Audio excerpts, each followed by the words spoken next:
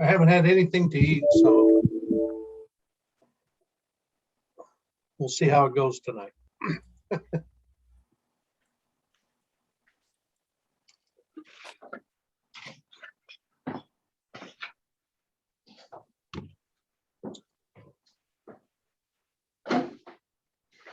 I'm looking to see if we have a critical mass here. I have 4 council members so far. What, 5? 1, 2, 3, 4, 5. I've got 2, myself Okay. and Darby, looks like. Yeah, I think Eileen is trying to get in. We had oh, there she is. Hello, Eileen. Hi, I'm here. Excellent. Lori just came in. She needs to get elevated. Perfect. Got it. There we go.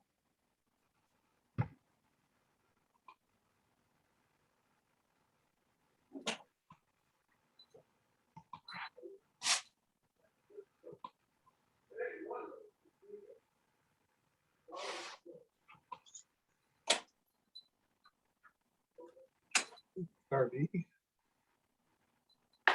Lori.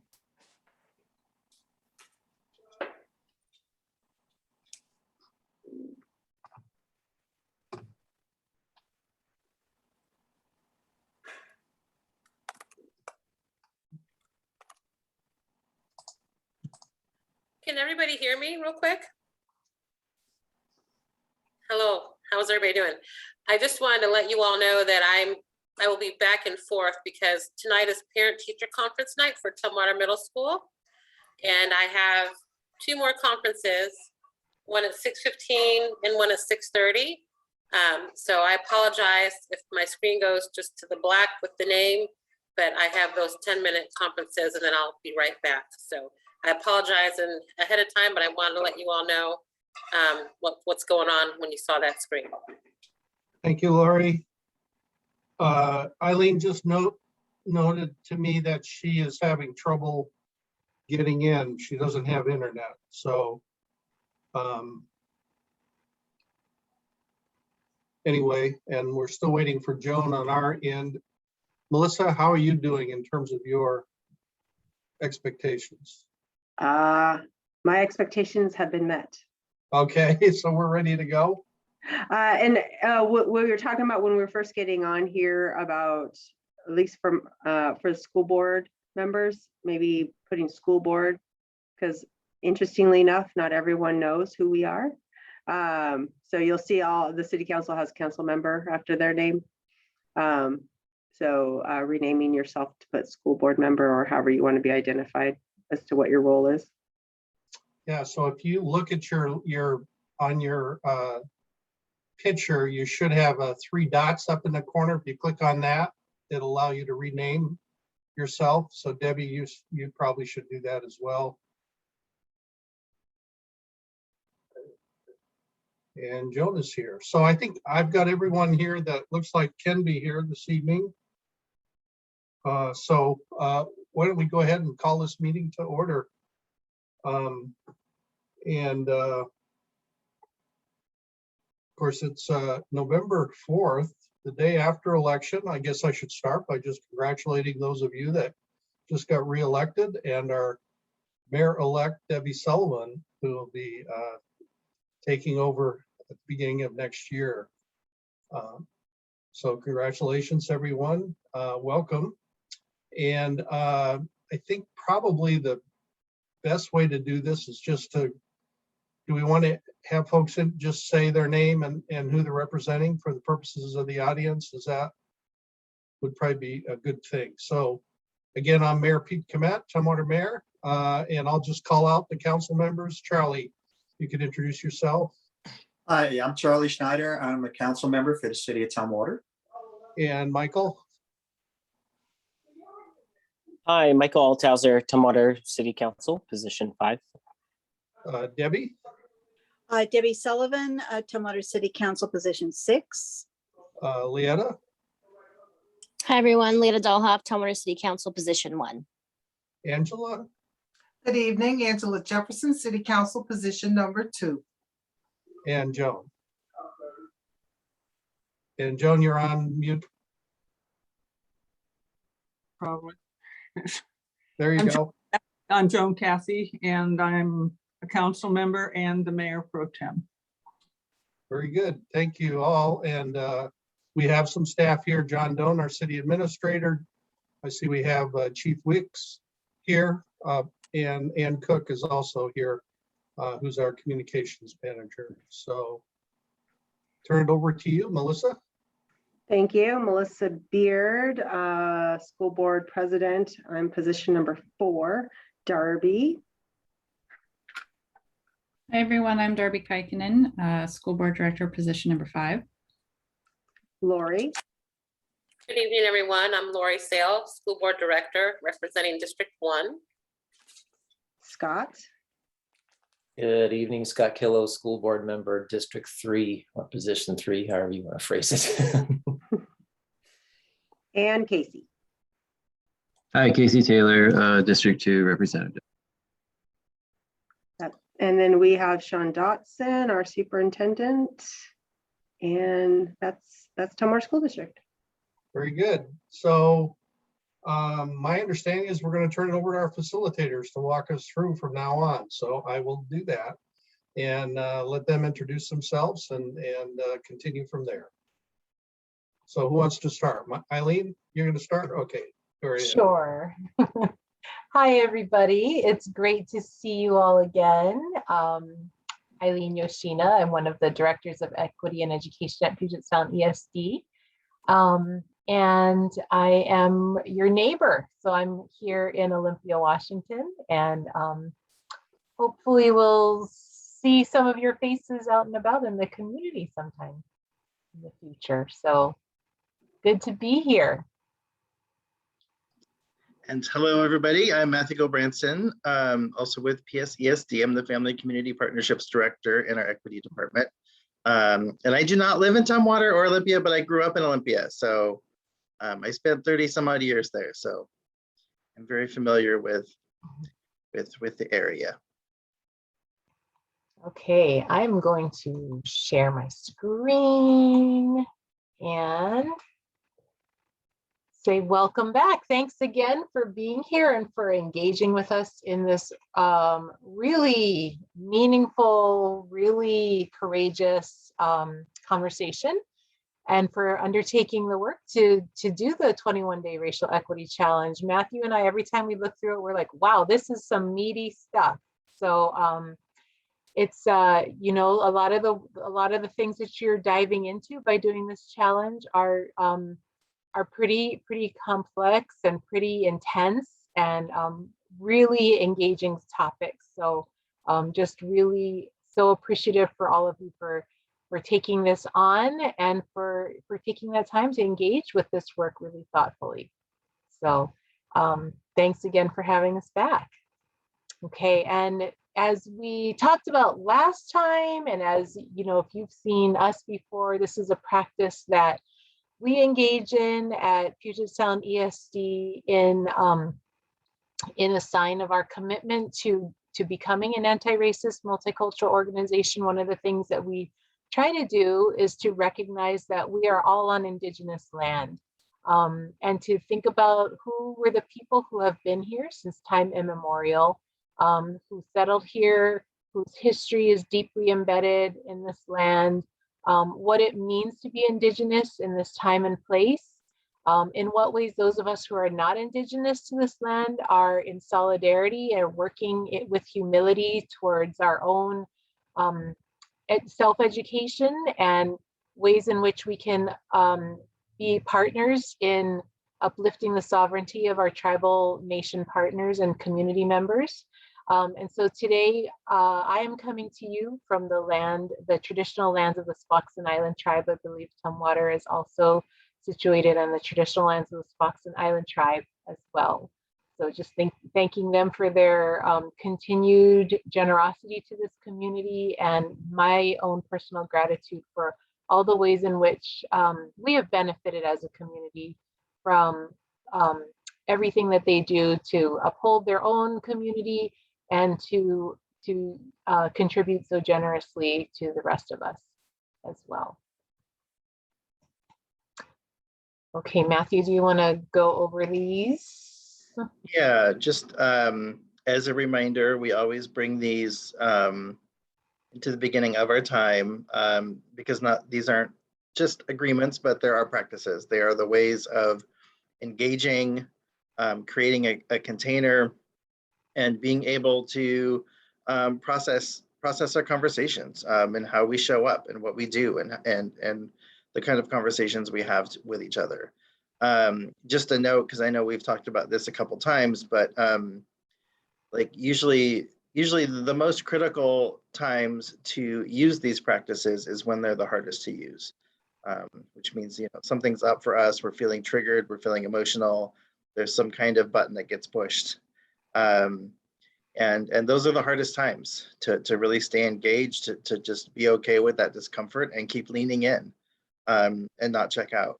So we know this work, we're not going to solve it today or next week or next year, that this is legacy work, this is generational work, and it's urgent.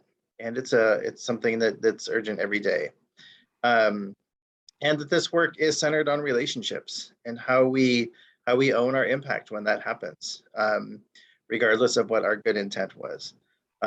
So just kind of a little reminder of our container and thinking about how we practice with each other, not only in this space, but, you know, when we leave the space and we come to work tomorrow as well.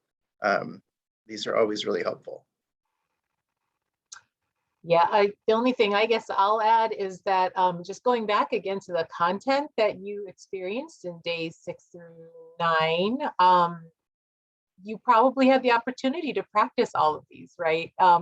At least the experiencing discomfort, maybe the expecting and accepting non-closure, maybe something came up for you around, you know, maybe you saw yourself reflected in some of the patterns or behaviors that were highlighted in that content, which was not your intention. And yet, how do we think about our impact and how do we own our impact in that space? And your commitment to stay engaged with all of this is always, again, much appreciated. So already we have been in practice around these. Okay, so what we'd like to start with is actually, I think this was day 7. These are the reflective questions from, I think, day 7. And we want to actually give you an opportunity to first self-reflect. If you haven't done this yet, we're going to actually give you a couple of minutes to think about these questions independently. And then we're going to go around and have everyone here have the opportunity to share their reflections on this journey so far, on these conversations so far, and on the last several days of content that you experienced so far. So you can maybe, if you want to, you can turn your video off if that's okay, or you can just, you know, put yourself on mute and just to actually take these couple of minutes to just maybe write some thoughts down. How do you respond to these questions? Is there anything that you see differently based on your participation so far?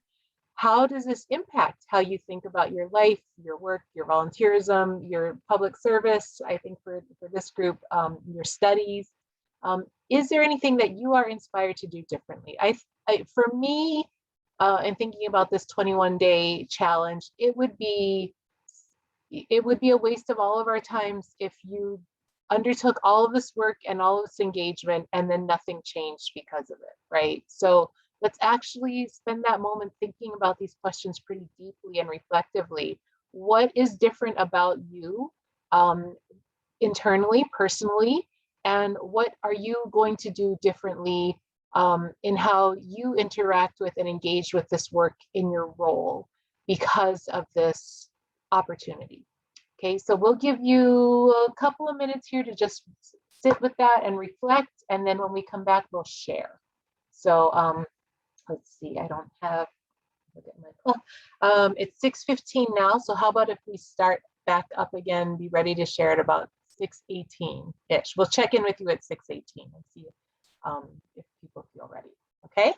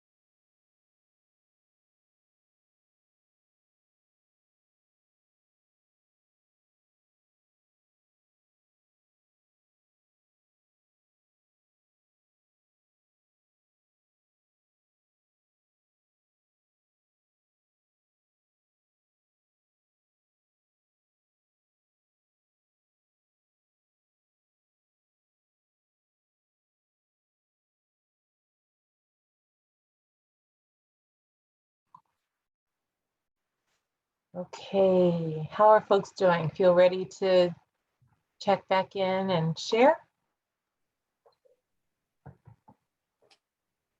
All right. Yes. Great. Anyone want to start?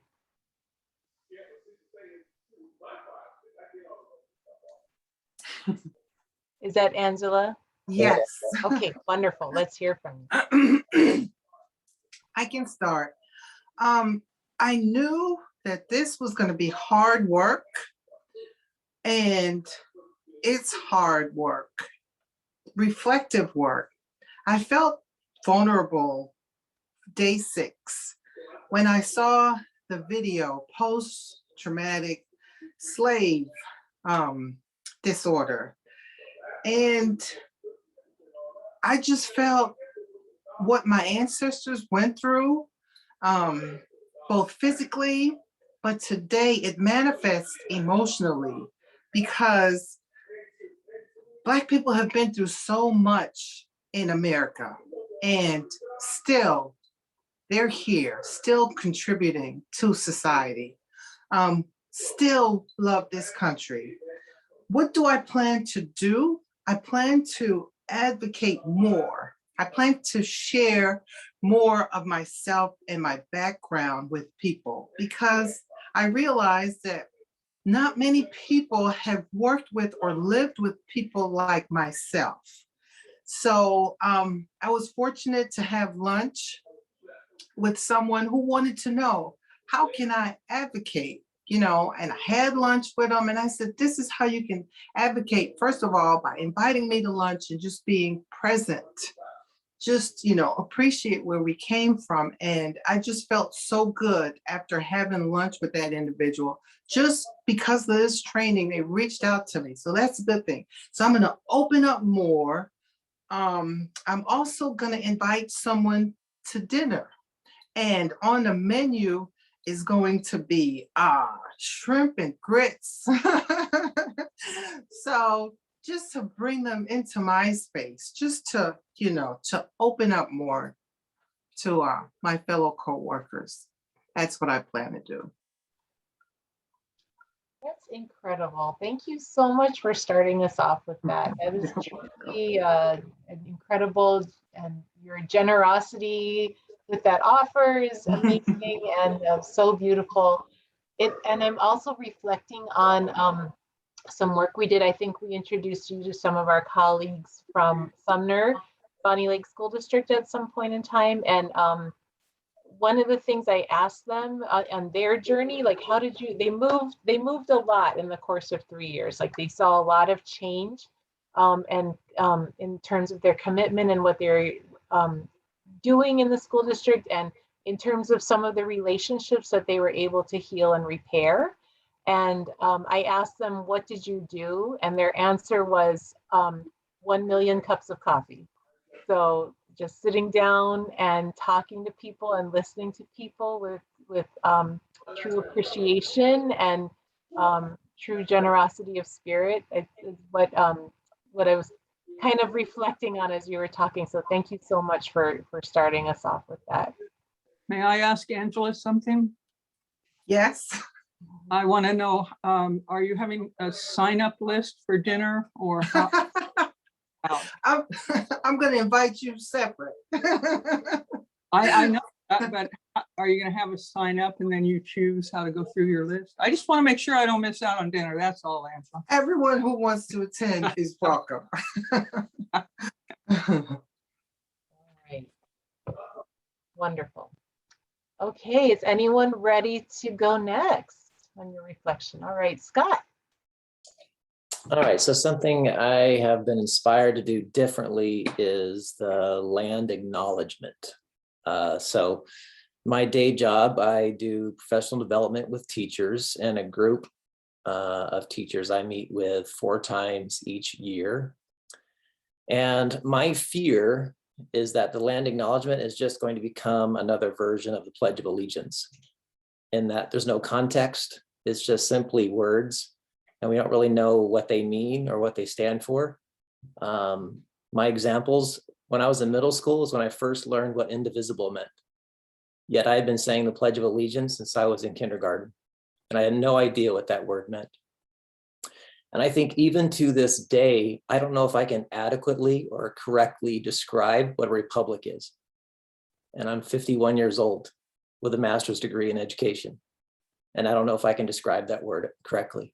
Yet I've been saying it every day of my life.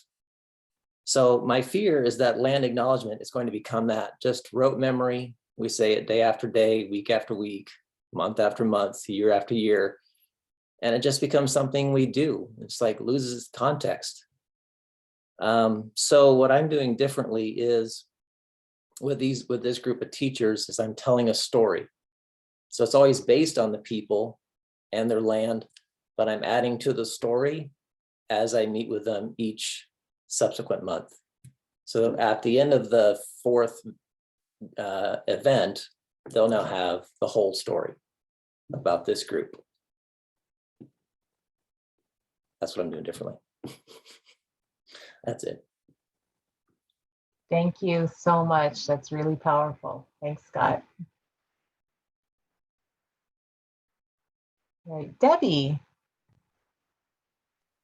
So one of the things I've been struggling with is feeling the empathy of what people go through and not knowing what effective thing I can do to help. You know, sometimes you just feel inadequate, not helpful. And so, and then frustrated with all of the things that are put towards people who are different than them. You know, I understand I have white privilege. I have come from an area, I grew up in Montana. It's very white or Hispanic or Native American. And so I've grown up with that friction between the different groups and never feeling it was ever right, but not knowing how I could fix it. So I think now I feel like I have more tools to be able to address it and to engage with people and ask them what they need from me, as opposed to me trying to figure out what I need to do for them. I'm going to ask them what they need from me. Thank you, Debbie. Yeah, building that relationship and asking is always a good way to go. Yeah, and then doing that reflective work along the journey. Thank you. Michael, I see your hand. Sorry, I raised my hand, but I didn't mean to cut you off if you had other things to say or to take up your space. No. Cool. I think one of the things that I have struggled with in the past that I'm now trying to be more cognizant of is sort of like one of the prompts, but was also talked a lot about in the detour document, was that non-closure is not a liability or not a vice or not a bad thing. Like, I think that particularly in a legislative space or in a policy space, when you sense that something is not the way that it should be, you know, your initial goal or reaction is like, okay, let's fix it. Like, let's come up with a thing, we'll fix it, and then we'll move on to the next thing because there's an unlimited list of things, all of which need to be addressed. And I think like the challenge that I sort of initially face is that there is no short-term fix to many things, that you have to embody anti-racist work in your approach and your intention every single day with every single issue that comes up, as opposed to doing a training and then saying, well, we did the training, so we should be okay. So I think like one thing that I want to explore doing differently, and I did a little bit of research on it, is the Race and Social Justice Initiative in Seattle has a toolkit that they use for evaluating public policy proposals, which is really, I mean, toolkit sounds very fancy, but it's really a list of very simple, intentional questions to make sure that as you're evaluating policy or working on a proposal, that you are approaching the right parties, and that you are being intentional in understanding the effects that policies will have, even if they are unintended and might have unintended consequences on particular groups. or might benefit certain groups more than other groups of people. So I think what I would really like to explore is if we could develop some kind of process or some kind of effort to have either a racial impact statement or some kind of analysis that we can conduct as a legislative body when we're considering policies. Because it seems like if we're not asking the right questions, then we've just, we've assumed that we have found closure and that we have fixed the thing, when really we've just talked about it for a little bit, but haven't implemented anything to sort of address that. So I think that would be a good thing for us to explore, and one thing I want to keep looking into and maybe try to implement for the city. Yeah, that's great. We love that toolkit. We have one that we use at PSESD that is very similar, that was built off of that toolkit. And I think that you're right, like calling it a toolkit is not, it's not what it is. It actually opens the cans up rather than like packs them away nicely. So but that aspect of partnership and relationship and how we show up and how we invite folks to the table and how we have conversations is such a huge part of the work. So we could dive into the pool really quick, because that gets me all excited. But I will stop there. Thank you, Michael. Yes, that's awesome. Darby, I see your hand. Yeah, so I'm trying to figure out a somewhat non-awkward way to describe the kinds of things I've been thinking about quite a bit. So I've been engaged in this kind of work for several years now, and I came into it feeling like I had a tremendous amount to learn, and I was really excited about that. Looked around at everyone else around me as the experts and was just intrigued by this, I just characterize it as a movement, this move forward towards the concept of diversity, equity, and inclusion. And what I'm seeing now over time, having been engaged in this for quite some time, and I'm particularly in the school board role, but also in my professional role, I'm surrounded by a lot of leaders, supervisors as leaders or colleagues as leaders, other school board members, principals, all of these other leaders. And there's a lot of people that are working on this, a lot of people that are saying that they believe in this work and are talking a lot about it. But what I'm really beginning to struggle with is the inaction, and this probably isn't the best term, but the only thing that comes to mind is cognitive dissonance. And that's starting to make this entire situation very challenging for me to see entities, leaders, organizations say that we're all about diversity, equity, and inclusion. This is our goal. This is what we are striving for. But then you look at the practices and they're just not at all in line with that. And there's no answers around, why is this happening? Why is it that we're saying that we really truly value this and it's our number one goal, but yet nothing is changing behind the scenes? The concept of looking at the policy review. So that's a big one. I've heard that a lot in my professional world, as this is critical. This is what we're going to do. We're going to engage in this process. And they've spent a year plus.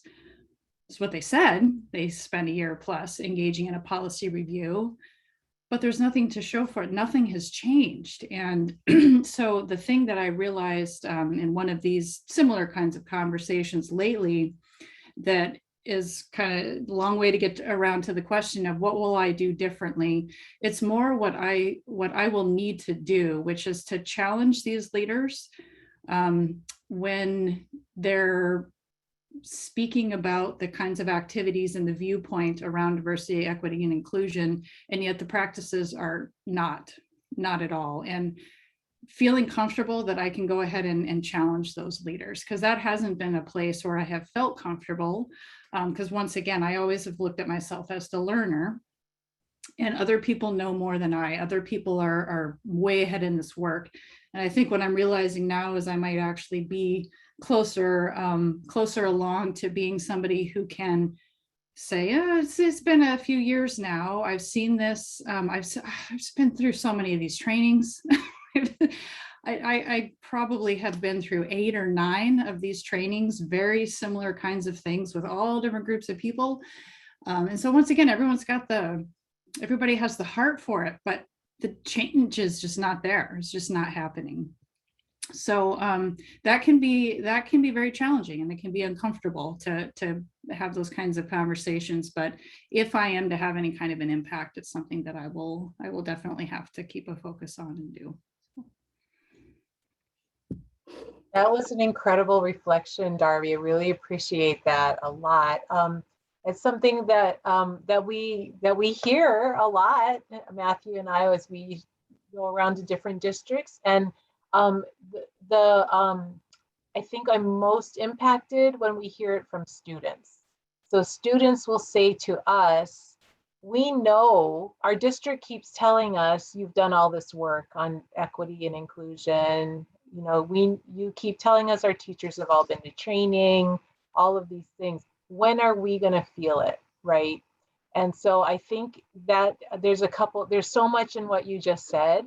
And one is, how are we measuring our progress? How are we evaluating ourselves? Our students, and I think this goes back to what Michael was saying too, the process of the racial equity tool is the people most impacted are the people who are saying what success feels like, right? And they're our ultimate evaluators.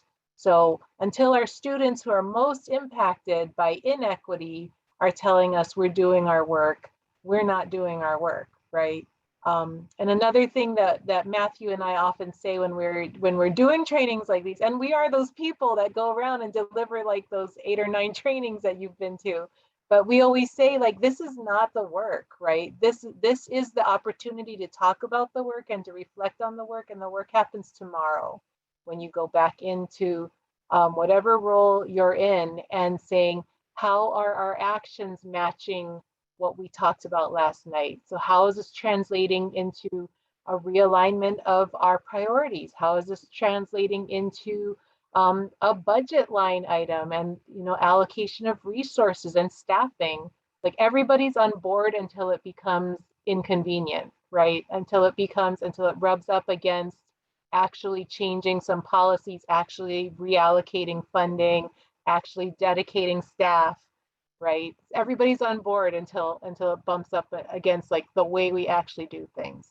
And I think what you're saying, and your commitment to saying, like, okay, I've got to be that one, right? Like, I've been sort of in these trainings a long time now, and I'm looking at other people as the experts, and that expert is not going to arrive, right? Like, I've got to be that person. So it's like reminding all of us, I think we told you this last time, like, when we sit in traffic and we complain about the traffic, and then we look around and realize, oh, we are the traffic. I'm sitting here in my car too. I'm part of the traffic just like everyone else. And I have just as much power as anyone else to do something differently about it. So, but at least I drive better, Eileen. Yeah, okay. You're a better driver than everyone else. All right. Thank you, I Darby. will not say the snarky comment in my head. It's the evening. You never know what you're going to get. Other reflections. This is great so far. Yeah, Melissa. I can go next because I had a similar, it was interesting how Darby portrays it. She talks about challenging. And I wrote down, I'm going to work on asking the question. So it's a similar thing in terms of, I'm sitting here, I'm very accepting of what people give me. And I can work within whatever I'm given. But I need to work on asking more than accepting. I like to be accommodating. And so that's kind of a stretch for me to do that. And what I'm trying to do right now, my goal this year, we just met with our student board reps on Tuesday to try to orient them so they can start coming to meetings. And last year, because of COVID, we had them sitting kind of in the back of the room away from us, you know, so that we were distanced and all of that, which really made me feel uncomfortable, that they felt like they were sitting literally at the kids' table. And so I am having them sit with us. My goal is for them to feel as empowered as we do to ask questions of what's going on, so we can hear that voice of those who are most impacted by our decisions. And that's basically what I was trying to prop them up to do. Is you know, you could be questioning something your principal is doing, and that's not bad. Like, don't feel bad, because that's what I would feel. Like I was, I don't like to criticize anyone when I know everyone's trying their hardest. And so I'm trying to make sure that our students feel that when they're bringing something up, that they're helping their fellow student, and trying to create a space for them to do that. And that doesn't just mean having them sit at the table, but also making sure I'm checking in with them before they get there, that they feel prepared enough to be able to participate in the conversation. Because the stuff that we do, sometimes I don't know what it is that we're going to be talking about. So I can only imagine that they will not feel prepared. So that is what I'm actually doing. Because when you first asked this question, I was like, I feel defeated after watching all that stuff. Like, the work is so hard. I have no clue what I can do. And then meeting with the student board, they're really excited, and I really want them to feel like this is an exciting thing to do, which is they have our ears, because we love listening to them. And how do we make sure that they feel valued? They're not token student reps. Like, that is like, they're not just sitting there so we can check a box. They are actual participants in the meeting. Yeah, that's awesome. Thank you, Melissa. I'm just wondering too, if any of the rest of you had that similar experience of feeling defeated or overwhelmed, like this is so big. It wouldn't be unusual for people to feel that way. And I think sometimes, I mean, I remind myself of this too, because it is so big. This is centuries in the making. This is baked into our system. We're going to talk about it, right? And so we are not going to change it overnight, or even in a year, or even in the time of our tenure on whatever public service we're in, right? And we're not going to do it by ourselves, but we can change yourself, and you can show up differently tomorrow, and you can take the actions that you can take tomorrow, right? And I'm hearing you're all you're in positions where you have influence and you have decision-making power. And you can make some decisions that start transforming things. And you can start tonight, and you can start tomorrow. So I just try to remind myself of that when I'm feeling overwhelmed, is like, what do I have control over? And that's where I start. So thank you, Melissa, I appreciate that. Sorry, Joan, is your hand up? While I'm listening to all this, I almost every person who's spoken has touched on something that fits for me, you know, emotionally or experientially, or something I've experienced in my life or in my work. And I also want to go back and say, as far as a council member in the city of Tumwater, I want to be part of Michael's project, or if he's going to head something, and look at our policies and look at what we do, and we practice what we preach, and we become a model city for how we live up to the things that we personally call important and we speak about. So I really appreciate that, Michael. And I'm worried about getting on a list tonight. Dinner with Angela, a group with you. I think anyway, I want to say that I have been totally unnerved, and I've been angry, and I've been sad. I could cry right now, watching what we have done to our fellow sojourners in this political battle and all the stuff that's going on politically, and how we're treating one another. and how dismissive we are of people who are different.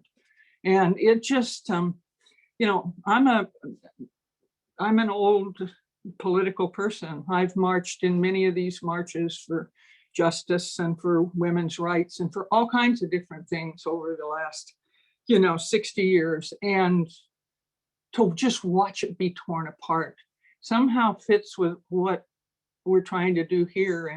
And how do you stay the course? That's the hard thing. I can talk about some new things to do or whatever, but how do I stay the course that is true to myself and to what I have given a lot of my life's work for? So one of the things that I did this week is I thought back on some of the people I'm still in contact with and others that I wonder about. They were students of mine. They were members of the different congregations I served, and they're Black, they're Latino, they're Indigenous, they're Asian, all of this, all through things. And I thought, I'm going to pick out some of these people, some that I've talked to more recently than others, and I'm going to call them up. And I'm going to say, how are you? How are things going? Remember me? And just find out in this parade of ugliness and disrespect that's going on, where are they? How do they feel about how they're being treated or not? And listen to people. And it made a big difference. My Black friends were saying something different than my Indigenous friends, and but they were all kind of saying the same thing, which goes back to what Michael said. They're all wondering why we say we believe in these things, or we want change, or we want difference, to things to be different, and we don't know what to do. We don't know how to do it. We're whatever, and they're discouraged, many of them, because they're not young high school kids like Melissa's going to work with, that they've been through all that, and we kind of shared a little bit of our discouragement of how can we do the work now that'll change and that we want it all to last. But then we realized some of the changes that have been made. So it was an emotional experience to do the work this time. I love the water. And the first 20 years I lived in Thurston County, I lived on lakes, two different lakes, and I had my red canoe. And I loved canoeing. And when life I got to feeling like I am now, I'd go out and get my canoe and just paddle around on the quiet lake. And this week I thought, darn, wish I still had it. So that's where I've been part of this time. Thank you, Joan. I appreciate that. All right, who's next? Charlie. Charlie and Leota. Okay, thank you so much. So I want to address the question, one of the questions that you brought up. It was, is there anything that you see differently based on your participation so far? And that's a question I would like to address. Between that and the lessons that we learned for tonight, to prepare for tonight, I realized how much racism is embedded in our society. And I mean even the words we choose. And what stuck out to me a lot, other than the fact of the treatment of how we move different categories of people, so it looks like the white majority becomes more majority, because if you had a little bit of Hispanic, you at one time during our history, you were considered white, and then later on we moved you to a different section. That's one thing that stood out. The other thing that stood out to me is my choice of words. And what I mean by that, and it really stuck with me all week, because some simple words you say, you don't realize what the implications are, such as magic. Okay, it's a simple word that we all use, but when you use black magic, it implies something altogether different, maybe mysterious or even evil. We also, I watched the cowboy movies back in my days, the good guys always wore the white hat, and the bad guys always wore black hats. That was mentioned. You know, if you get your mail, that's a simple process. But when you say black male, all of a sudden you turn it into something ugly and it's related to the word black. So it made me realize when I start using certain words that it can apply something well beyond what I wanted to, and it could be directed to people of colors. So I'm going to be a little different on that. One other thing is, and this one stuck out, is when I eat angel food cake, and I love angel food cake, and it's white and fluffy. And devil food cake is heavy and dark. So it's just those simple words that can be harmful. So I'm going to, like I said, I'm going to practice choosing the words wisely when I go forward from now on. Are you going to quit eating angel food cake, Charlie? No, you won't. Maybe we'll just call it cake. Yeah, just cake, white cake, but no, just cake. I think what you bring up, Charlie, is something that I think often is embedded for us white folks, just in ways that we don't see. We don't see how we've been shaped and socialized as white people, because we're so centered as what's normal, standard, and good, right? And I think that gets into some of those other levels of racism, and the definition of white supremacy is that we live and we swim and we breathe in it every day. So it's hard for us to see that. But then once we start to do, we can't unsee it, right? When we think about how prevalent that is in the media, and like you say, like in all of these little sayings, to get so embedded in everyday life. Like just last week, I learned about the history behind the syrup brand Aunt Jemima. That, oh my God, that is like such an incredibly racist thing that is on that syrup label that I never knew about, that I never thought about. And if you want to learn more, you can go do research on that. But just all of those things that are embedded everywhere that we don't see because we're conditioned not to see them. And it's our job to kind of peel back those layers and know what that is and know what the impacts are, because it's what we can be good intentioned people walking around all day long and being reinforcing the same thing that we say that we want to change. So thank you for that. All right, Liana. Thank you. Besides wanting food now, thank you, Charlie. I have not had dinner yet. You know, I was writing a whole bunch of stuff down, and it gets back to that moment where it's so much, right? It's so overwhelming. So like piecemeal. So that's something I need to work on as well, right? Not trying to fix everything, but do work on myself. And so what stood out for me is with the work that we're doing, so many times we talk about, well, we didn't get a lot of comments, or it's just a certain demographic that's replying to a survey. So what I want to do, and we've talked about here and there, is pulling that thread a little tighter of us doing the work, right? Circling back with the organizations that are providing services, are on the front lines, and us being more proactive, and instead of saying, well, we didn't get any comments, we're fine, or no one's complained, or we haven't heard anything. Like, what does it look like to be proactive and make myself even more tired, right? Like, I have to do the work. Why do I keep expecting everyone to come to me? And if I don't hear anything, well, we're fine. So being more proactive, circling back and building trust and respect with voices that have been ignored or dismissed, and following through. So circling back and following through, not just having a meeting, thanks, right? And then I'm done, but scheduling and building that trust and respect. Yep, that follow through, I feel like, is such a huge part of accountability, because it's honoring what's been shared, right? Versus so much of the time institutions will take information and take that knowledge, that wealth, that wisdom, and then take it and then not ever come back with what happened or what the results are or what they did with it. And then what happens is the institutions get the benefit of that, and those communities that are giving that information and giving that wealth lose out. So thank you for naming that dynamic. All right, who hasn't gone yet? I think Eileen and Lori, I think, and Mayor Pete.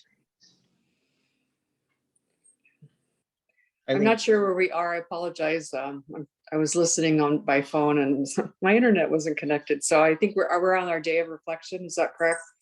Okay, thank you. One of the, I guess the thing that really hit me is took a note, and it was under white fragility, and it was the lack of humility. And it's in quotes, because we don't know what we don't know. And that's something I fall back on. I'm always kind of like thinking, oh, well, I don't know what I don't know, but that's not an excuse any longer. It brought me up short. So like it absolves me from having to find out more. And yeah, and then I can fall back on, oh, I was raised that way, or different things, but but just using that as my excuse for I don't know what I don't know, and I do need to know. So and there was another one that made me think about Lori Sales' comment with last time when you were talking about like being the poster child, that it makes you relive things. And that was another thing that just really brought me up short, that, that we're trying to be, to reach out to our friends and all, but by trying to help us relieve ourselves from our guilt or whatever, that it can re-traumatize our friends. And so that was another thing that made me think that I need to rethink, that my maybe try to be pure in my intent, but it may be unintentionally hurting other people. So something I need to work on. Great, thank you, Eileen. I'll go next if that's okay with Mayor Pete.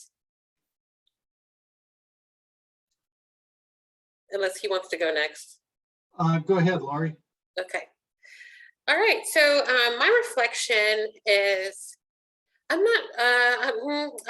guess it's called reflection, but I think mine's coming more in the way of our culture and how we see life through television and how we live our life, seeing who we are reflected in our pop culture.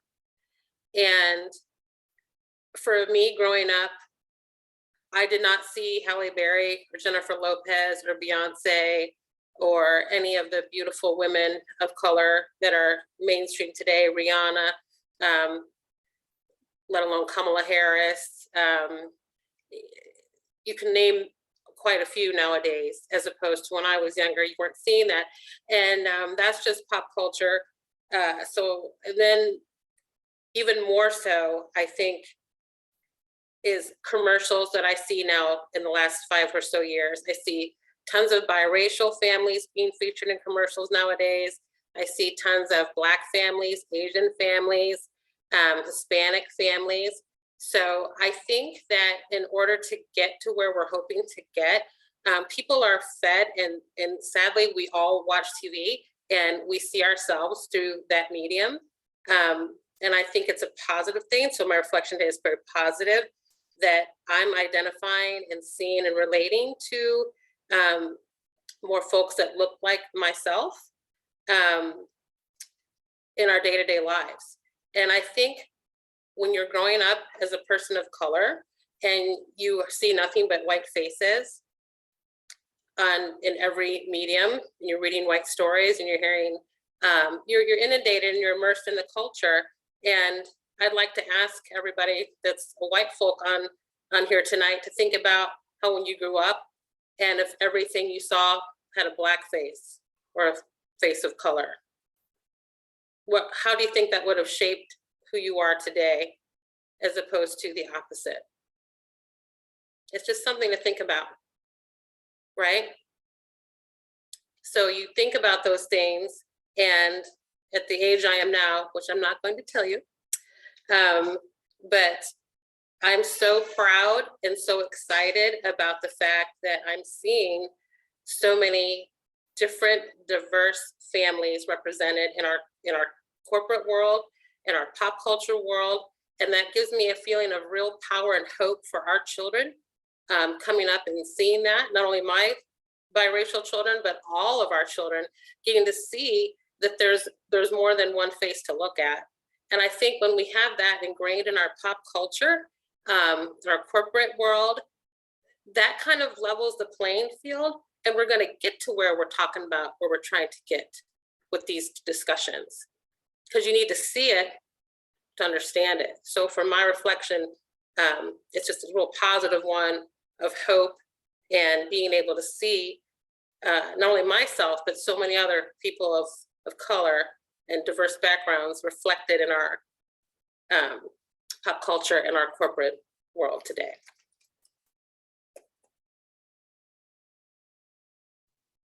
Thank you, Lori. That's really powerful. Lori, that reminds me of, when I was teaching at the community college, I taught a class called Multicultural America, and we used the book A Different Mirror by Ron Takaki, and he had a quote from Audre Lorde in it. And the quote was something, I'm going to misquote it because I can't remember it exactly, but it was something along the lines of, what happens when someone with authority, such as a teacher, or, I think anyone who has that kind of like authority, whether it's media or, public figures in your life, what happens when someone with that kind of authority presents you a mirror, and when you look in the mirror, you're not in it, right? What does that do to a person? So I just thinking about the power of what you're sharing, and how we can make sure that like our community is reflected. I just am appreciating your language around reflection and the power of representation and reflection. Thank you.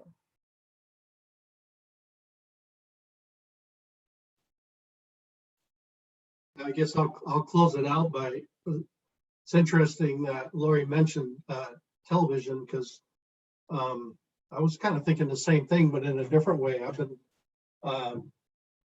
been spending some time watching old Western movies, interestingly enough, and in part for the some of them are historical depictions of certain parts of our history, and I was just appalled by the way some of the African Americans are portrayed in some of these movies, and I've also been listening to this show on the Civil War, and particularly the early stages of it, and how much slavery was embedded in the Southern culture. I didn't realize that growing up in New Hampshire, I guess. So, so I think just being more aware, that's one of the things I'm different, perhaps, is just being aware and more cognizant of what has led us to where we're at. And then I had the I guess privilege of attending a trunk or treat event up on Tumwater Hill Elementary, and was struck by the diversity of the student body up there, and the unconditional acceptance of this, students of color and white students sort of intermixing and not really thinking about it, and giving me hope that perhaps that generation will look at things differently than our generation. So, I think for me, what I'm doing differently is just trying to be more conscious and really critically see what I'm seeing, and trying to learn from that. Great, thank you, Mayor Pete. And Casey, I don't think you've gone yet either, have you? I'll let you to share to close this out. Oh, sure. Yeah, no, a lot of things already been touched on, but the anything that I see differently based on participation. I missed the last meeting on this, so another commitment, but as Darby mentioned, I've been participating in this type of work in other areas for sure, and Tumwater School District been doing this for a while. So I get what we've done, and I've reviewed the materials as well. So I've learned to kind of listen and ask questions, learn to read a little bit more about the topic and listen to others. I guess I was fortunate enough to have a diverse group of friends growing up through high school and in college. So some of this is new to me in ways that, I just kind of, well, that's just kind of the way you act or you should act. But there's definitely some differences there I see. So What I've done with that though is looking to see, like I said, it's more of a listening role and asking what I can do, but it's more of looking at what we can do with what's in place. So I hear a lot of frustration around, nothing's being done, trying to fix a problem. And I kind of relate this to like climate change on a national level. Like, 10 years ago, they were going to fix it all and they swore they would, but here you are 10 years later, and now it's the same thing. Like, what were you doing for 10 years? So I look, what can we do with what's in place now? There's several equity policies within our district that we can enforce and follow. And if we truly follow those, it's not going to fix everything, but it's certainly a good start. And it's something I can focus on. My strong point wouldn't be coming up with something new. That's not my voice. I want to hear from those type of people that, that can represent that. But I also focus on what's in place and what can I do now with what we have in there. So I'm just trying to listen and learn, and then follow the existing as well too. So. All right, great. Thank you, Casey.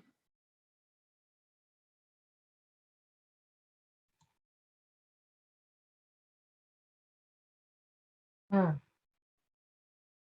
is a fun fact.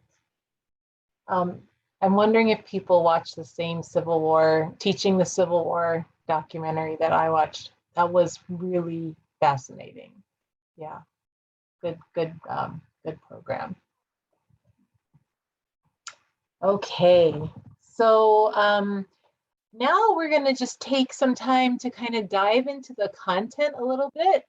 And what Matthew and I were talking about as we were prepping for this is we feel like they gave you some pretty hefty content, like, kind of front loaded it. And then as we get towards the ending parts of the 21-day challenge, typically that's where Matthew and I would have begun to sort of lay some foundational work, and then moved you into, I think the first time we met with you, you had done something on the intersection of heteropatriarchy and capitalism, and we were like, whoa, okay, they're going for the graduate level here.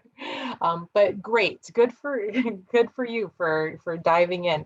So we just wanted to kind of do a little grounding in maybe some of the language that they were using to make sure that we're kind of all on the same page, and then to kind of get your reflections on what that language was. So let's see, pulling up my PowerPoint.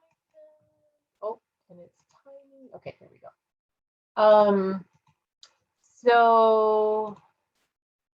Are you seeing my PowerPoint? Yes, great. I can see the whole slide deck, but not the presentation version. There you go. Okay, all right. Okay, so this was a big focus, right, of this past chunk that you took a look at. So we wanted to make sure that we just had some like shared language, shared analysis of what these terms are referring to. So in terms of individual racism, does somebody want to read that for us? You can hear some different voices besides me and Matthew. Anyone want to read that one for us?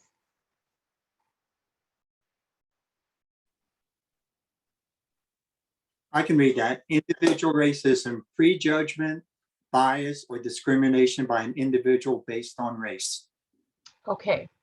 So based on that definition, and also thinking about the content you interacted with over the last chunk of days in the challenge, what are some examples of individual racism? What are your reflections about? What does that mean? What's individual racism?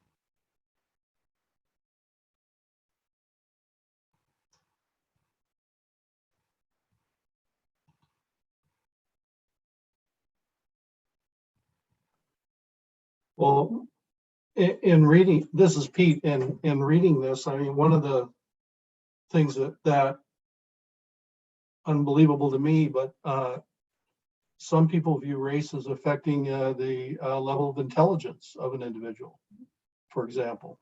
It just seems hard to believe that's the case, but in this day and age, but that's one internal racism. Mm-hmm. Yeah, absolutely, right. So an individual belief that's held by a person that makes judgment, that is a prejudgment, a bias, or discrimination about another individual based on their race, right? So unfortunately, we know that those people do still exist, right? That there are unfortunately quite a few examples that we can point to from national media, from local media, from our own community, in which people still hold biases, stereotypes, prejudices, in which people of all ages use racial slurs, epithets, make jokes, have aspersions about or have judgments about people's intelligence or their character based on their race, right? That's individual racism. And Angela, I saw that you unmuted yourself. Did you want to add to that? Yes.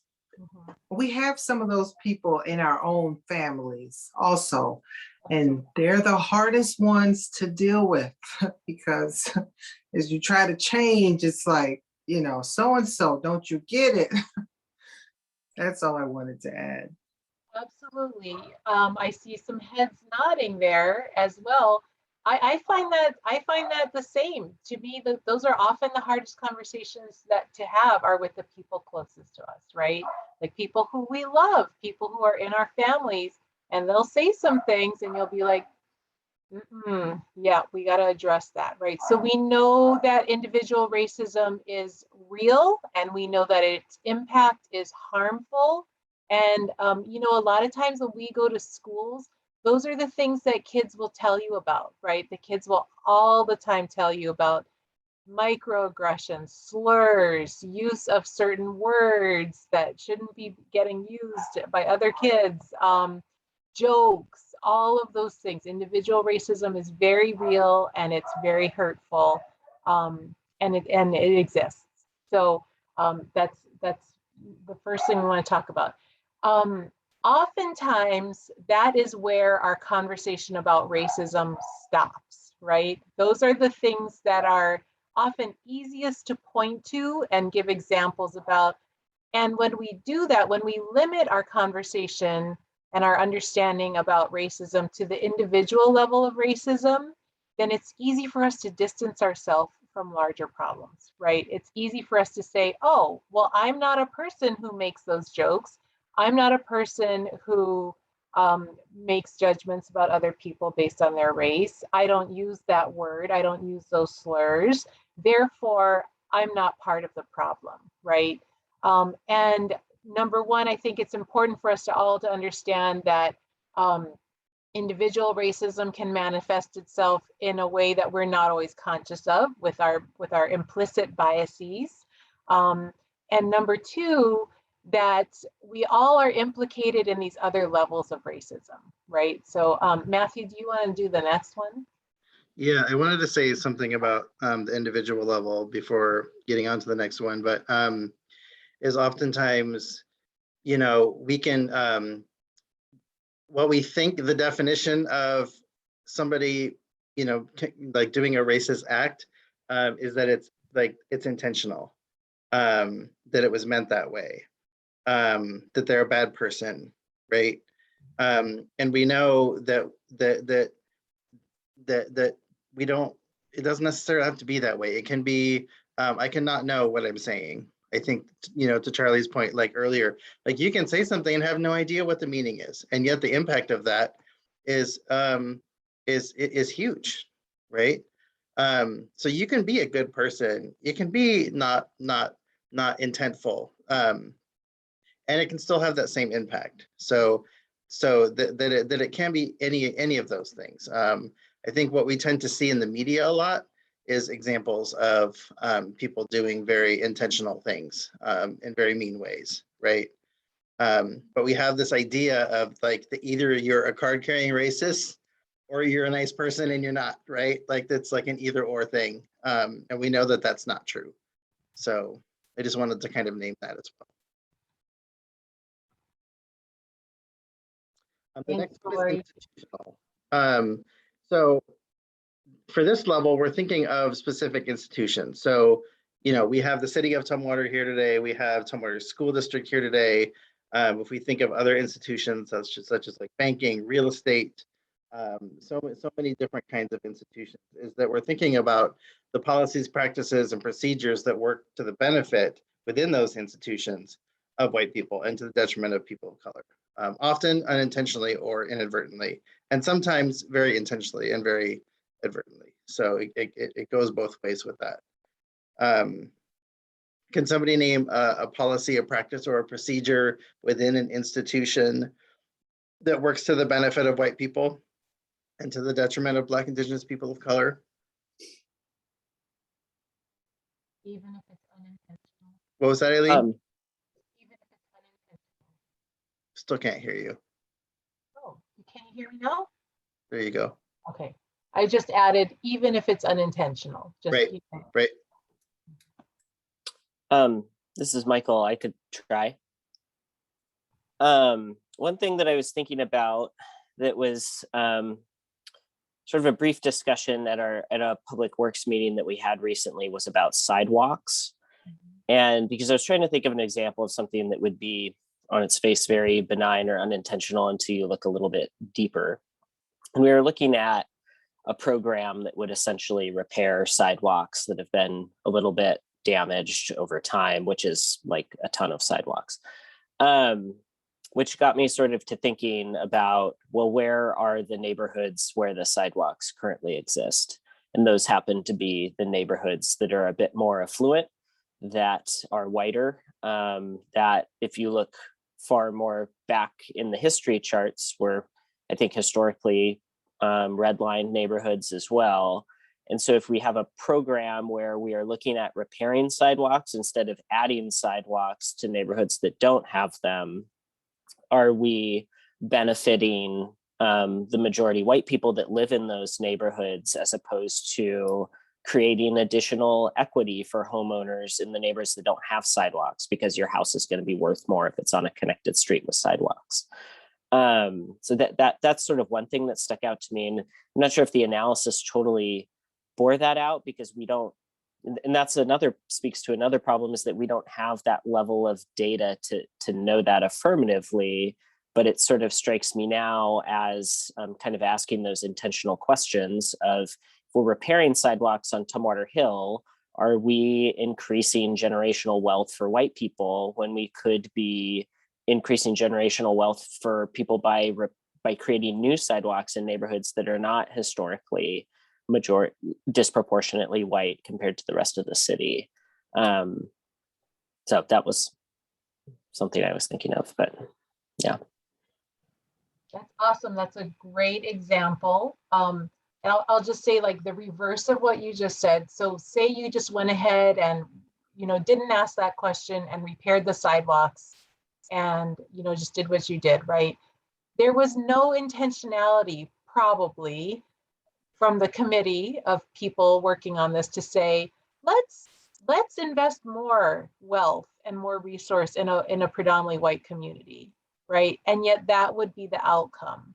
And that's the way institutional racism often works, without intention, often without intention, often being inadvertent. We just didn't consider or think through or ask the people who are furthest from justice or furthest from equity.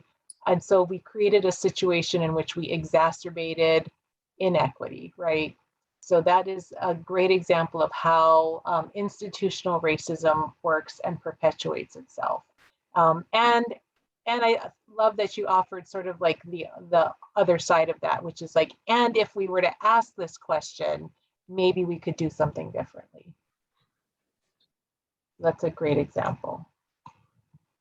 Okay, anybody else have an example of policies, practices, and procedures that benefit white people and work to the detriment of people of color, even if it's unintentional? Yeah, I see Joan and Debbie. Okay, great. Thank you.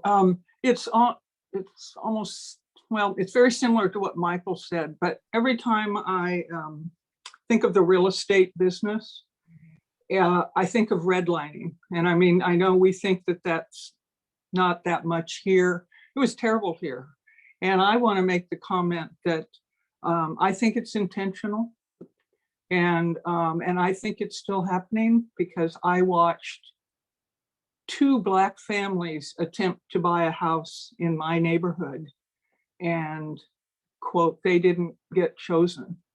And it just happened that I was out in the yard and I talked to one of the Black families, and they said they were having a very difficult time finding something in what Michael's referring to as the more uppity or prosperous, or what we see as our all sidewalked area of mostly people, I guess, in white homes. And they said simply they felt racial animus and dismissal toward them from the very beginning. And then the other Black family came and got similar treatment. And so I just want to stay aware that things that, I've studied or I've taught or, you hope are going away. We have to still stay vigilant because there's definitely institutional racism alive and well. So that's what came to my mind. So what Michael's saying is thinking through those things and setting some, parameters around how we make our decisions, or what we include in making our decisions, I should say. Right. So, Great. Thank you. Yeah, thank you, Joan. Debbie? Well, one of the things that I have noticed is that, on a national level, and I know it does affect on the local level, is this rage. I mean, you got the critical race theory, the whole false narratives of all this stuff that's going on, and the white nationalists. And that they are in our community, they're just not as vocal here, is because they probably don't feel as safe. And just being able to recognize that so that doesn't get roots into what happens, and that we're able to look at those. And, like what Joan was saying, making sure that those things are just not so passive because they've always been that way, that we don't need to have 100 people showing up somewhere with that to be able to recognize it when it's coming up. That's great. To me, I'm hearing a really important connection between the individual and the institutional as well, right? So it's like people can have individual biases and prejudices and beliefs and misconceptions, right? And it takes on a new power when it becomes institutionalized. So, and I think about, like, for example, the school board has the authority to make decisions about curriculum, right? And if you made decisions about curriculum that institutionalized a prejudice or a misconception about a whole group of people, or left out the perspective of a whole group of people, that's when those individual perspectives become institutionalized, right? And similarly with the redlining, a single real estate agent or a single person living in a neighborhood could have prejudice or bias against another family moving in. And when that becomes institutionalized is when banks will only loan to these sorts of people, or when the neighborhood becomes zoned so that banks only want to invest in this neighborhood and divest from this neighborhood, right? So that's like all those personal prejudices take on that new power when they become institutionalized in that way. And then suddenly it becomes just the way that we do things, right? It's like, well, I didn't make that law. I'm just enforcing the law. I'm just enforcing the policy. I didn't make it. I'm just doing my job, right? And that's the real danger of institutionalized racism, is that well-meaning people can uphold it every single day, and we do. And then I think bringing in Michael's point to the next level, which is structural. Let's keep on going with that analogy of the neighborhoods. Those neighborhoods that are getting invested in get all of the resources. So they get the nice grocery stores, they get the healthcare, they get the benefits, They have all of the resources, all of the tools. If if they're doing school level levies, if they have PTA funding, the schools get more money, they can do more arts. So it all starts to snowball when these institutions start connecting in that way, right? And it's also embedded in the history. So like the redlining example is a great example of that, because what's happened over the years is those, as Eileen said, when those certain neighborhoods get divested of wealth, it keeps going, right? Generationally, those families don't hold on to the same amount of wealth as the white neighborhoods that have all the benefits, that have all the resources, right? Those families in those neighborhoods are actually getting subsidized for their wealth generationally. So like a way that I like to kind of see these interwoven is, I love the analogy of trees and like this idea of the individual racism piece of being a single tree that's rooted in a place. The institution is like a mountain or like a hill, and the structural is like a whole mountain range, right? It's the connection of all of those things together that works to the benefit of white people and to the detriment of Black, Indigenous people of color, both now and embedded throughout our entire history. Yeah, so this one I think is really important. And we've talked a lot about this today, actually, just not in the terms of defining it as this. But if we're thinking about white supremacy as the culture that we live in, and a culture that positions white people and all that's associated with them as ideal, or the racist ideology based upon the belief that white people are superior in many ways to people of other races, right? And then the definition from DR workbooks, which I know is which is embedded in your challenge, is the idea that white people and the ideas, thoughts, and beliefs and actions of white people are superior to people of color and their ideas, thoughts, and beliefs and actions, right? So white supremacy is ever present in our institutions, in our cultural assumptions, and in our history that assign value, morality, goodness, and humanity to the white group while casting people in communities of color as worth less, immoral, bad, and inhuman, and undeserving, right? So thinking about this as a political and social economic system where people enjoy structural advantages and rights that other racial and ethnic groups do not, right? Both at a collective and at an individual level. So we're not talking about the extreme versions of white supremacy, thinking about like, the KKK, thinking about the white nationalists, kind of that extreme version of this. This idea of what this is like the soil that we're all rooted in, right? So if we're using the analogy of a tree and mountains and a mountain range, it's the soil that covers everything. So when we talked about like the language that we use, and we talked about, when I heard the mayor talk about old Westerns, when I heard talking about like TV shows and representation of folks within those TV shows, what are those representations? What do they mean? What are they saying? That it's in the air that we breathe. Like literally, it's the soil that we're all rooted in, and rooted in that certain place is going to shape us as people in that place and in certain ways, right?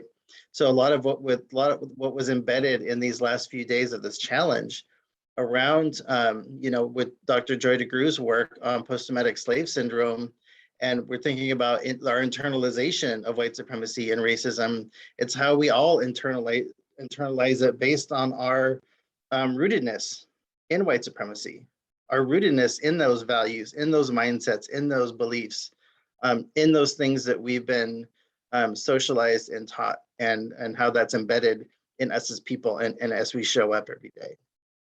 And I think for,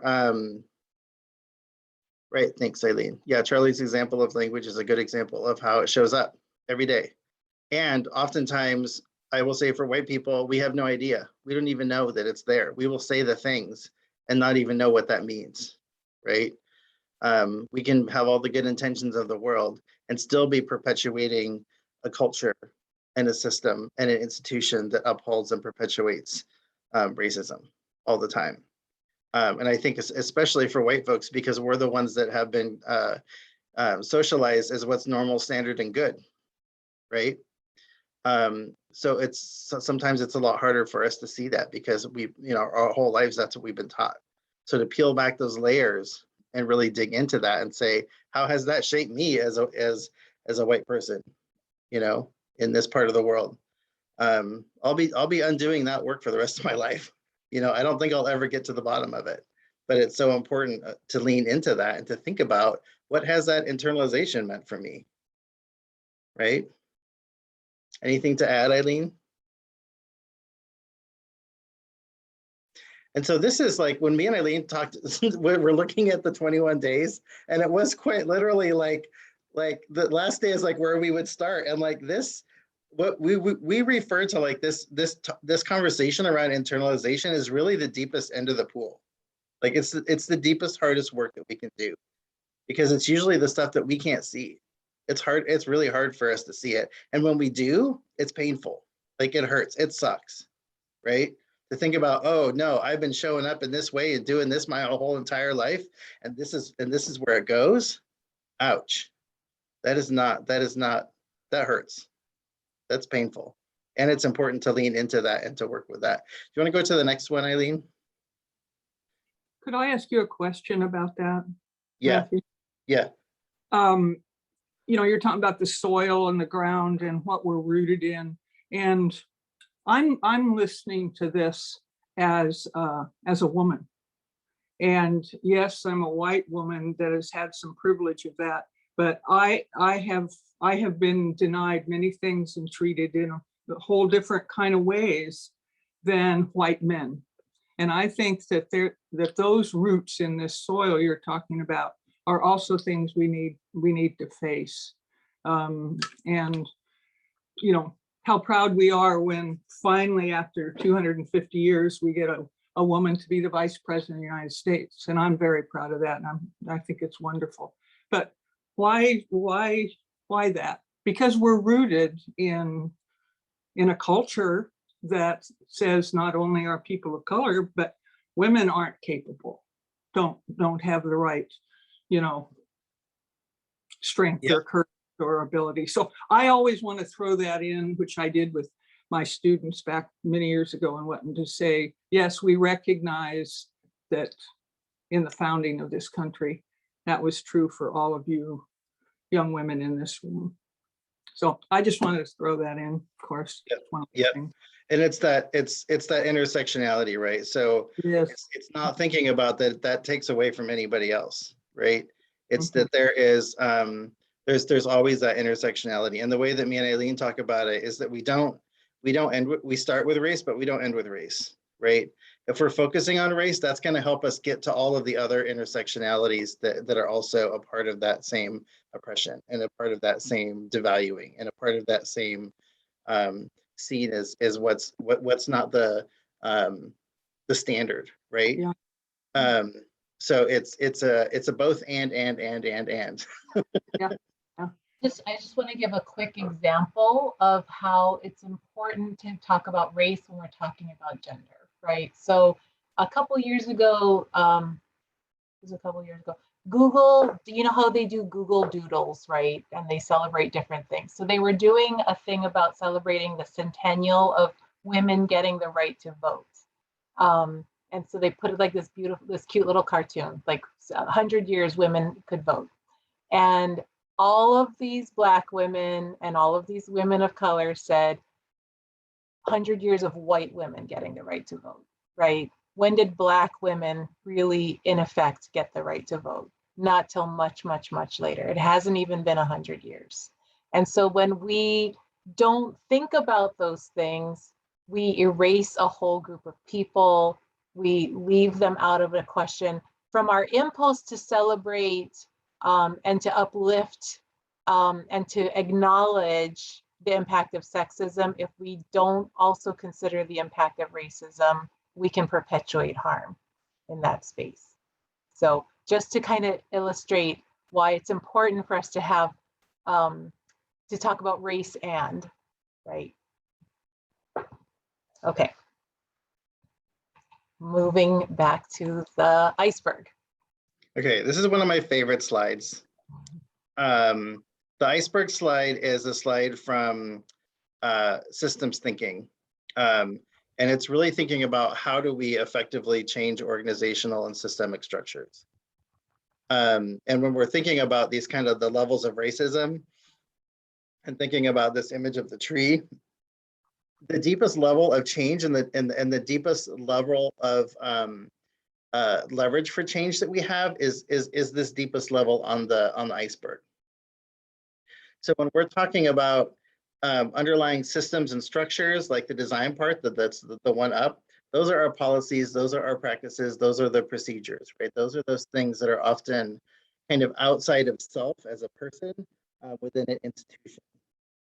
But we know that, like, if we're going deeper in that and we're thinking about our ways of thinking, our mindsets, our beliefs, our values, how are we showing up to implement those policies and procedures and practices?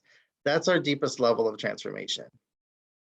So, because there is no institution without people, right?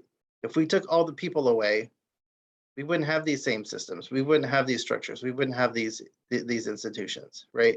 So it's us as people that drive this stuff. So being able to think about how we internalize our relationship to white supremacy in all the different intersectional ways, if we're able to see that and recognize it and know how we're able to change that in order to get something different, that's what's actually going to be our transformation. Like that's the transformational journey. And I've heard every single one of you have named something on that journey tonight, right? So it's that leaning into that every day, and that gift that we have of the moment of being able to see it and recognize it, so then we have the choice to change it. Because if it's something that stays in our unconscious, it stays underground, that we can't see it, we don't know how it affects us, we won't be able to change it. If we can't see it, we can't change it. So that's our digging root, right? That's our root work versus our leaf work. Is that we have to be able to do our own root work and dig into ourselves in that way to see how it's showing up. So that way we're not just trying to address the issue on our leaves, but in our roots. And this iceberg model is a great model, because what we see a lot, especially in the media, and this is what happens when you have this, going back to those levels and that individual person doing an individual like racist act, right? Like an event, then it's all about reaction to that event. It's about the publicity, it's about the media, it's about what do we do now? It's that, like, everything's on fire and we need to, like, put out the fire, right? But we know that the fire is going to come back because it's patterns. It's going to keep coming back again and again and again and again, right? Because it's driven by the systems and the structures and the design of it, which is driven by us as people and our mindsets, values, and beliefs, and ways that we show up in relationship to each other and in relationship to ourselves. So I wanted to kind of give you that, because that's heavy. That's the deepest part of work we can do. Like, that's our legacy work.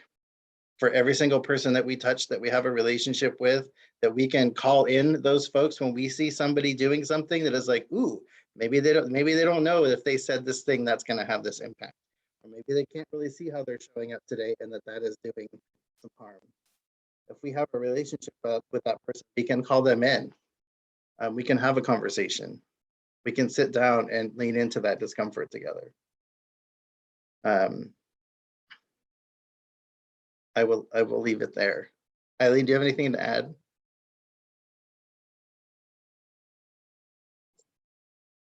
This is Pete. I just had a comment, in talking about structural racism. We already, in part, have tried to address this in our hiring of firefighters, for example. We realized that the upfront screening process that we use disqualified many women and people of color. Plus you charge a fairly significant testing fee that takes out people that might otherwise be good. And I get to thinking about this in other terms too. I think you know, we always look for someone who has experience in what we're doing. But if you think about a lot of particularly women of color are in service jobs, right? They're not necessarily their first job or their many of their jobs are in that area. They work very hard and are great people, but they may not have the experience in the area that we're looking. And I think we need to think more broadly about our eligibility criteria for people we interview, and not get necessarily hung up so much on prior experience. Certainly that's helpful, but that can also screen out some otherwise very capable candidates. So just I throw that in. It's a great example. From the world of education, this is the example I know best. But we know for a fact that similarly with teachers, with people trying to become teachers, a lot of excellent candidates who are multilingual and who are people of color are screened out because of things like the preliminary testing requirements. And so one thing we know about those testing requirements, like the WESD, the WESB, is that people of color and people who speak English as their second or third language don't pass those tests at the same rates. The other thing we know is that those tests are not predictive of how good of a teacher you'll be. So then it's things like that, right? It's like, how are we deciding what qualifies a person? Those tests mean nothing. The SAT is not a predictor of how well someone will do in college. Why do we use it, right? It's very disproportionate who's passing it and who's not. It's not a predictor of how well someone will do in college. Why do we use these things, right? So if we just do these things because we've always done them without asking those questions, that's how we perpetuate institutional racism, right? And so asking those questions is really, really important. Okay. I wanted to say something too. I've been asking like why we fail a student, right? And it really came up during COVID. We decided we weren't failing anyone, and so why is that different any other time of the year when students are facing challenges like internet, anytime, whether it's COVID or not, or no one at home to help them, or they don't have time, just all sorts of things. But it takes a while to change the system in terms of how people view their work.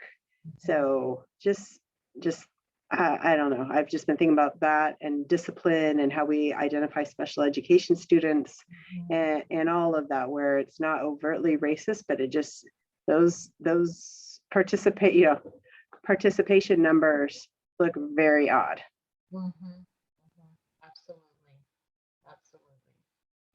Another thing we often say is if it's predictable, then it's systemic, right? If we already know, we already can predict who's going to end up in honors and AP and who's going to end up in disciplinary action and special ed, then we know it's systemic, right?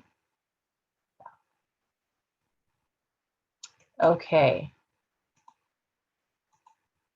So moving on, we're going to take ourselves into the internalization conversation. This is something that we talk a lot about in our team. Is a lot of times when we hear different phrases like white privilege or white fragility, we want to put them in boxes that don't necessarily connect to each other. And we wanted to kind of bring that back to this place where it's all interconnected, right?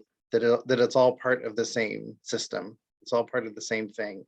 So thinking about white supremacy in effect as the disease, right?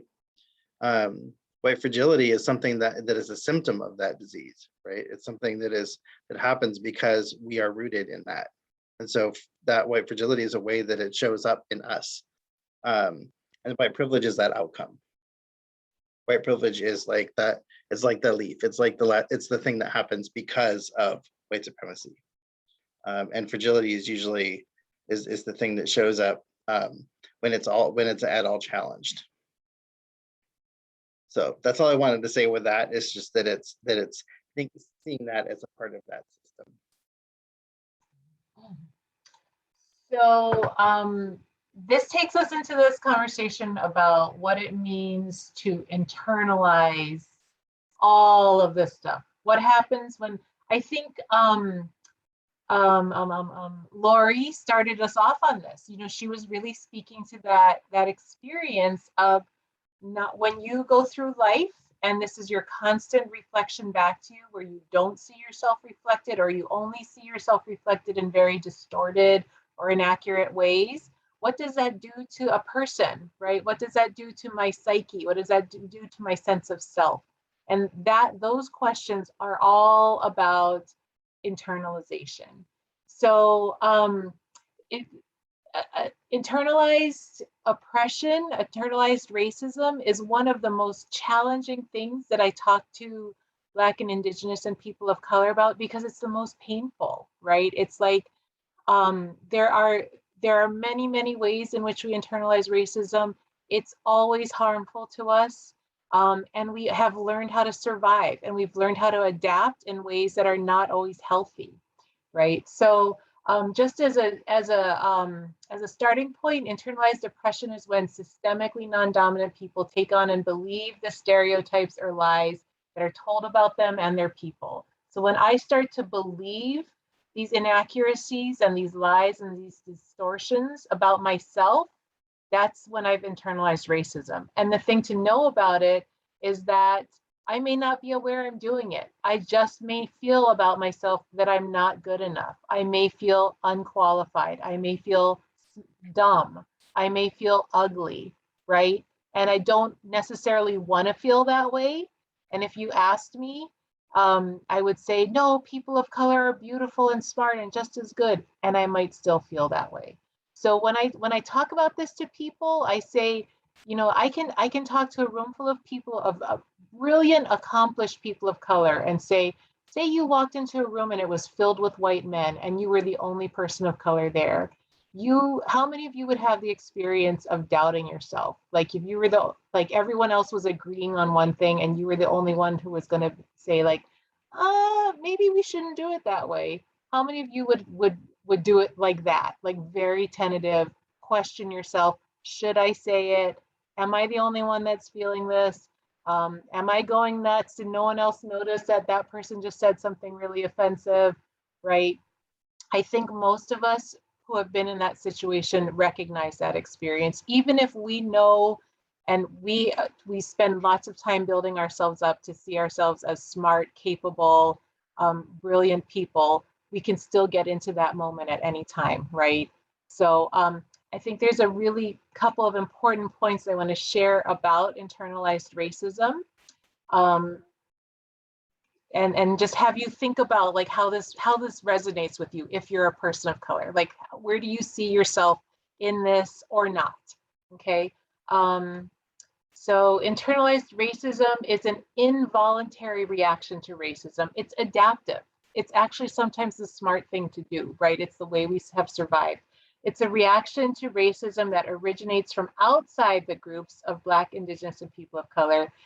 We do not voluntarily adopt negative beliefs about ourselves. We only do it because racism exists. If racism didn't exist, we wouldn't be in this situation. We wouldn't be adopting these beliefs about ourselves. We're trained to internalize lies, and this training begins before we're able to screen out the lies. You know, we're exposed to racism at very early ages. Some of you have probably seen the doll test, right? With where they show young children a Black doll and a white doll, and ask children, which one's the good doll? Which one's the pretty doll? Which one's the well-behaved doll, right? And they've repeated this test over and over again throughout generations, and children of color are still picking white children and preferring the white doll and saying the white doll's the pretty one, the white doll's the good one. And that's a sign that, you know, that's one of those early signs of internalized racism, right? And it's something that starts really, really young, okay? People of color fight valiantly to resist taking on the effects of racism.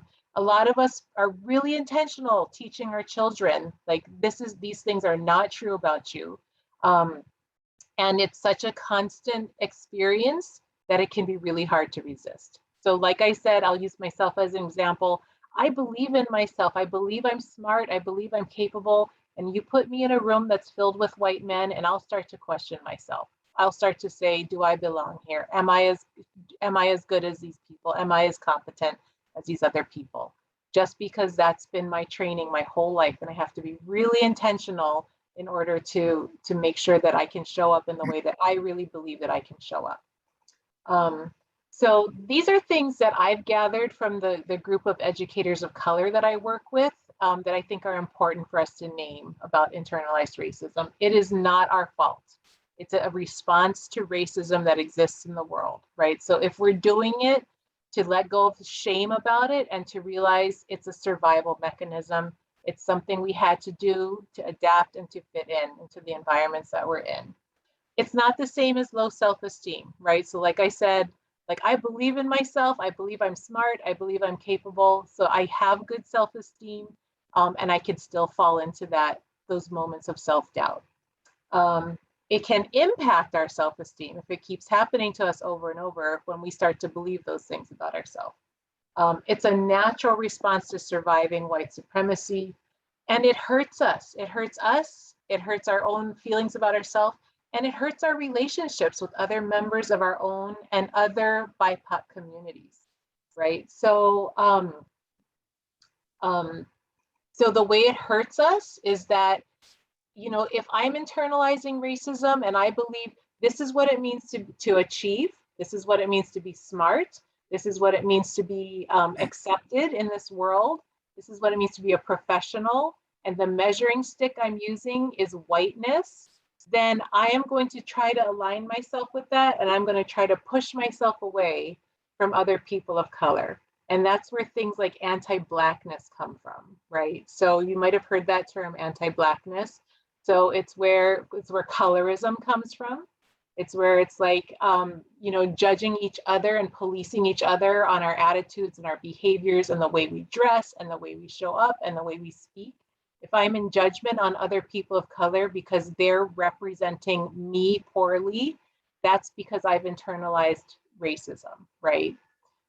So just a couple of other examples of those manifestations of internalized racism. And just again, think about where you see these examples as well.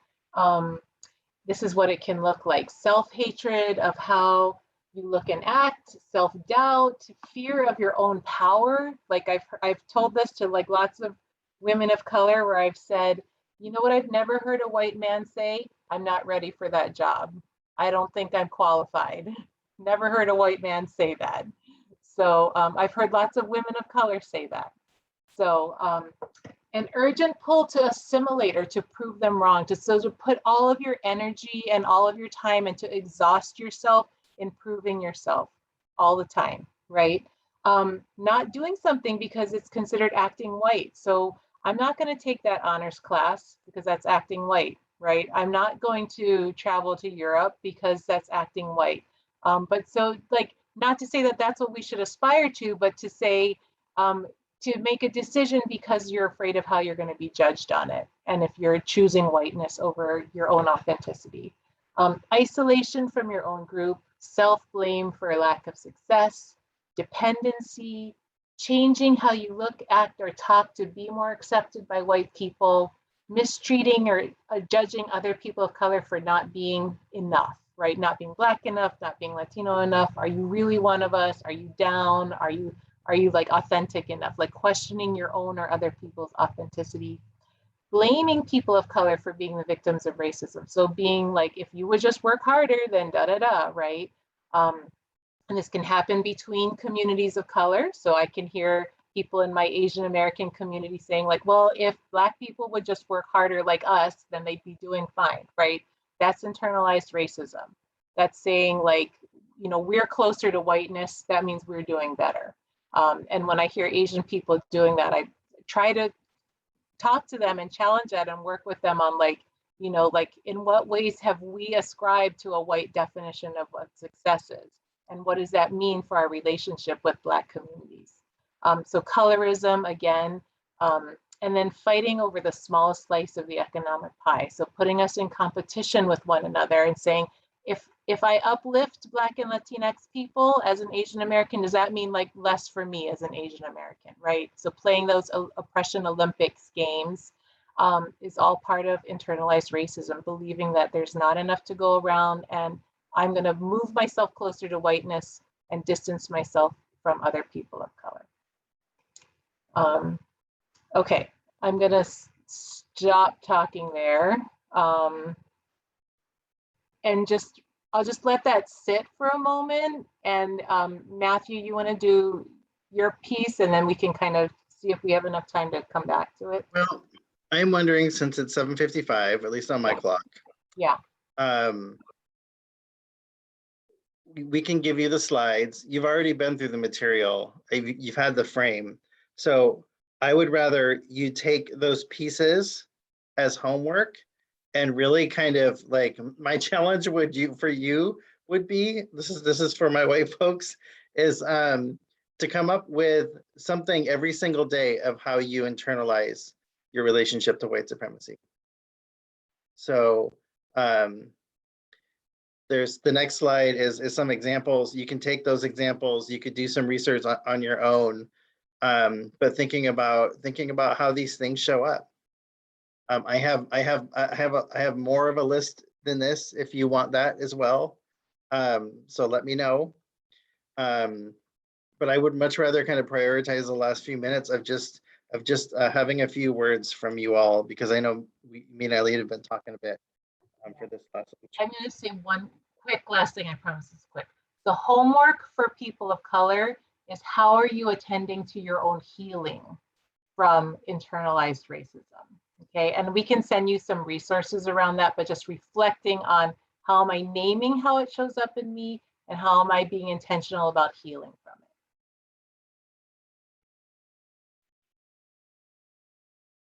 it. Okay. So that being said, maybe in the chat or going around, just having a couple words to close out. Like what are a couple of feeling words that you have right now to kind of close out our time together tonight?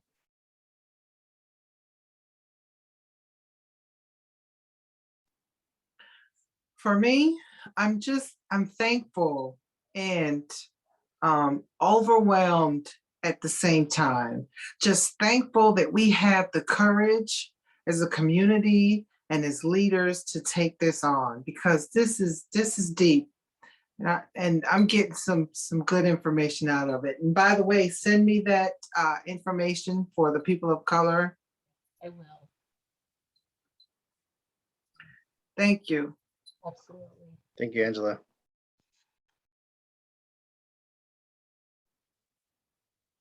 Michael. I'm sort of thinking about the connection between vulnerability and fragility, and accepting vulnerability as not something that makes you weak or ill-equipped or anything along those lines, and trying to use that as a bit of an antidote to fragility, which is often the taught knee-jerk reaction. Like when I was reading through the detour document, I was like, man, these people have read everything I've ever done and made a list. And like, I just could, every single one on those, I could probably sit and it wouldn't take me a long time to remember instances where I've done each of those things. And then you sort of have this feeling of like, holy shit, I'm the worst person in the world, right? And it's not that's the thing you have to, like the other readings, I think were kind of ordered in a good fashion so that you get knocked down and then picked back up a bit, because you are also then given the tools to understand why your brain thinks that way, and that talking about the ways in which you've hurt people in that fashion is the way in which you understand the pain that you've caused and understand that you need to make amends for that to people too, and that you need to be vulnerable about it and honest and candid and articulate.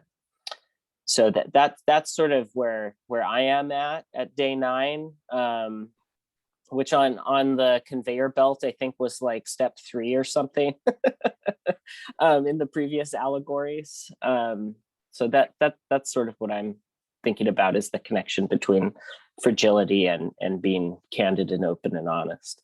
Great. Yeah, thank you. And the vulnerability piece is a whole new thing, intersectionality of patriarchy and white supremacy, which is another conversation. But yeah, thank you.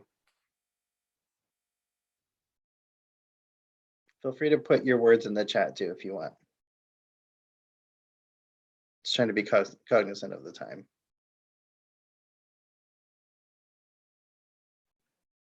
I'm just thinking about how much I need to think about this. Like, I know how to, I played the game well, and the guilt I feel about it is overwhelming. And who didn't understand the rules enough, and I feel bad that I didn't help. So but I just don't have time to deal with that. You know, so that's the other thing I'm thinking about. I'd rather help other people, and I just don't have time to deal with this. So that's what I'm thinking about right now. If I could give you, if I had a magic wand, I would relieve you of all the guilt, and I would give you time and to attend to this as probably your top priority. And to say, like, for me to help other people, I've got to show, like, what kids need to see is a healthy, resilient, well human being, right? And so we do that for ourselves, and we do that for our children.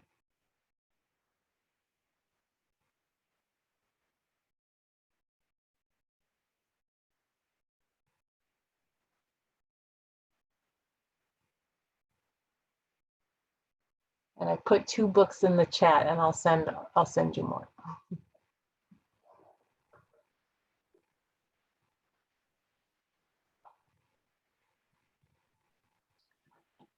Is this goodbye? This is goodbye until next time. Until we meet again. And my grandmother's hands is wonderful for all of you, in case all of you want to read it. All right. Thank you, everybody. Thank you all so much. Thanks for bringing so much heart and presence. Have a great night.